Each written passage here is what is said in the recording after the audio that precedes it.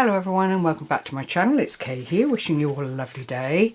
I'm here today to do a little bit of inspiration, I'm going to call it, but it was inspired from other people, as it usually is with me, and I'm also wanting to share these papers from Artymaze, who is such a talented lady. She really is. There is a lot of blue and white going around at the moment. I don't know if it's a seasonal thing or if it is just part and parcel of having beautiful papers in front of you. But I was watching Scrimping Mummy. She'd done some tags using these papers and I just fell in love with them. I am a blue girl anyway. I just love blue in all its shapes and forms. Went on to Artymaze and picked up this lovely kit, inexpensive as always. I think it was, oh gosh, £1.80, don't quote me. But look at this glorious design work. I mean, it truly is beautiful, beautiful, beautiful. There is another bit. That's a partial print. My printer went a bit doolally-tat, but I don't throw anything away. I just hold on to what's printed out properly and I go from there.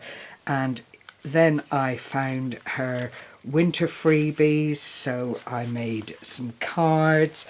I was then watching Yvonne Preston making some corner pockets for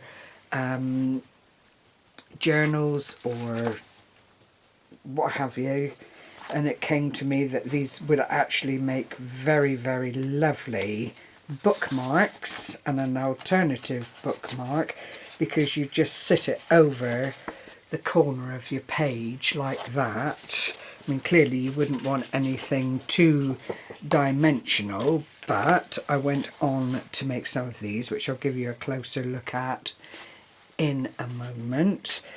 Going back to the blues, I made some larger corner captures, I'm going to call them, or bookmarks, or tags, or gifty bits. But look how beautiful that is using the blue paper. I think that one is this one. And then I used the blue background again, having watched Shabbydabbydoodah, I think this was inspired by, and I've made these card envelope pockets again for journaling or what have you. So we'll take a closer look at it. Artymaze, as you know, who follow me regularly, is a bit of an idol.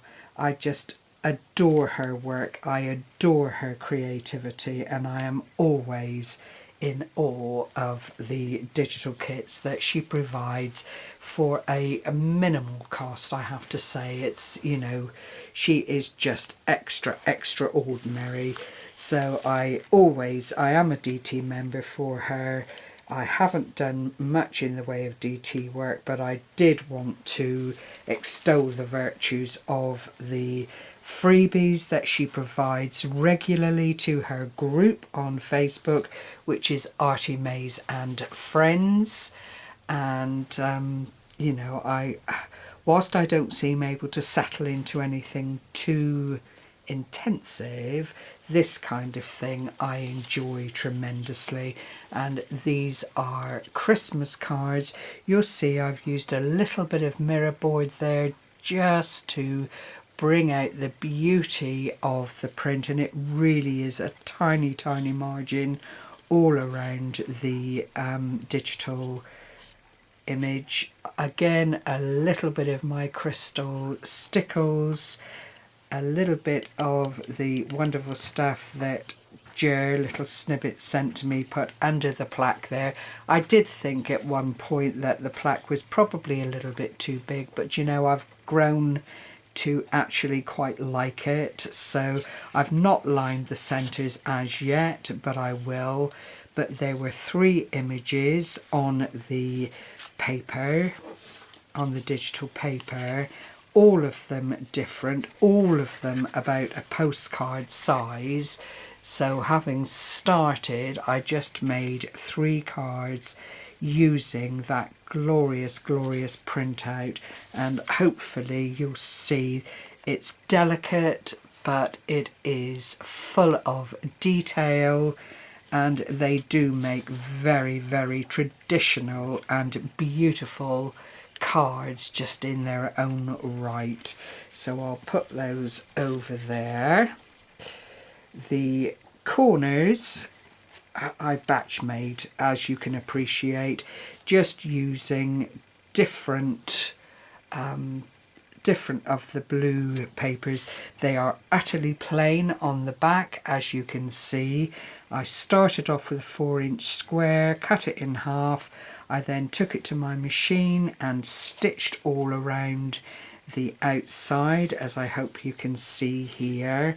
Then added an applique over a thumb notch that I did, and that was again purely decorative. It's not for any purpose, although having said that, if you were to use this in a journal, then clearly you could tuck something else up underneath it because you've got plenty of room. A little bit of lace trim around the outside, and I just thought they came out beautifully. Really pleased with them. This is a cardboard button in the center here, and all I did with that was layer it up by 3, added the digital print to the outside, stitched through it with some white cord, and you can see it really does make a lovely embellishment on the corners. Again, plain on the back, because then you could add something to it if you wanted to, if you put it in a journal, but it needed to be double-sided because I didn't want one very plain side and, you know, or just the craft card showing and the digital on the other side. So I made, I think, 8 of those. I do get carried away, I must admit, but when I've got my machine out and I'm doing anyway, it just made sense to keep going with them until I'd used up all the, I think I used 2 pieces of cardstock to make these, just the A4 size, and then 2 sheets from that glorious blue kit that I shared with you.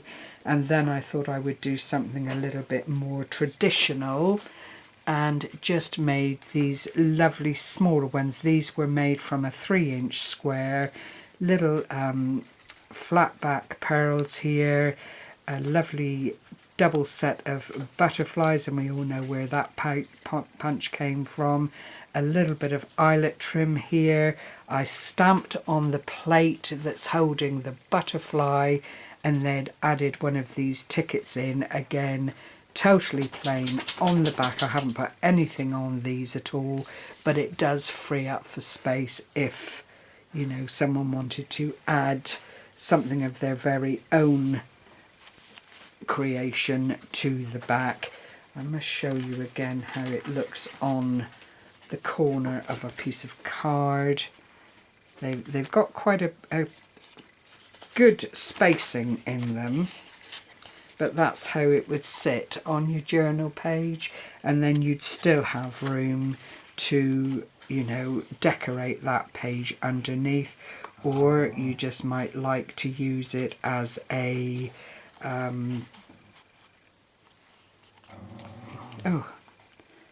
pop-in point where you could just flip bits and pieces underneath it.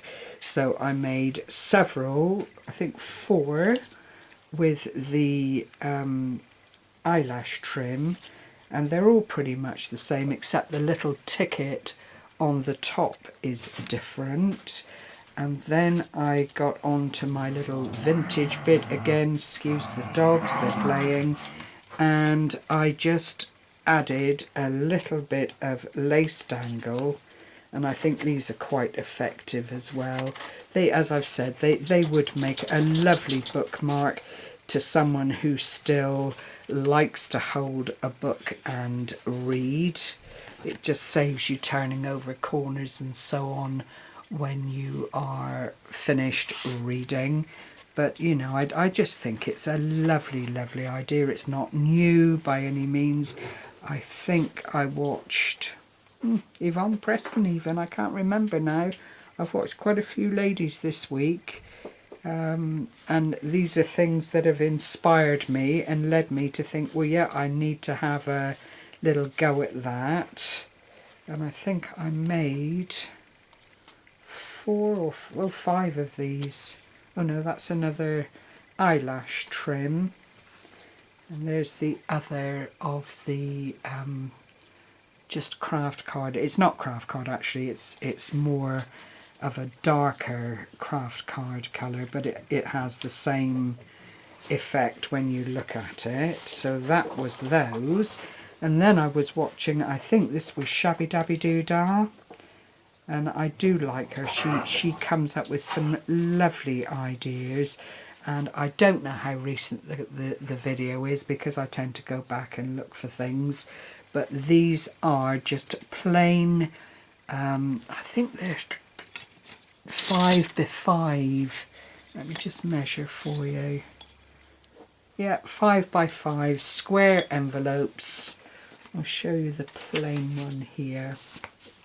And you just seal that back down, decide where you're going to have a slit, whether it's going to be on the side or on the top, and then you proceed to decorate. So again, I've used more of the Artymaze papers here, and then just layered up with scraps and things that I had on my desk anyway, a little bit of this ribbon for embellishment, and then you can either have it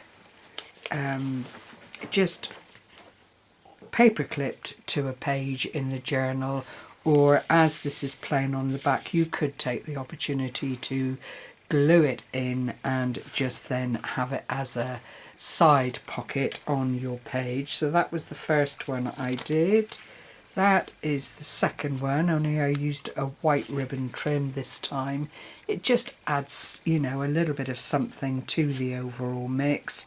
See possibility everywhere, and that's the chit chat from our friend Timmy Holtz. Do small things with great love.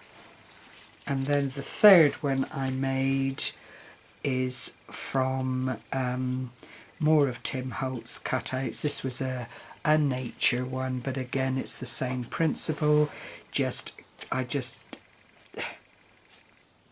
decoupage strips of paper, collage different pieces from the papers that I printed out, used this lovely daisy cutout, but a little bit of blue splatter over it just for an extra bit of texture, and that's the back of that one. I used my ripping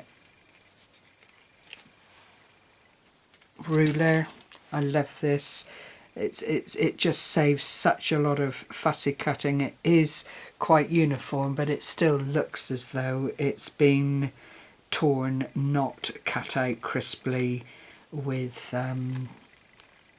ordinary scissors. I've got 2 actually, but this one I don't use. I find this one too large. I mean, that would be great for scrapbook layouts, but this little decal edge is the one that I use most often. But they are a wonderful bonus to your craft stash tools. They do come in very, very handy. Whoops-a-daisy. Well, I think I've waffled on a lot and enough, we'll say.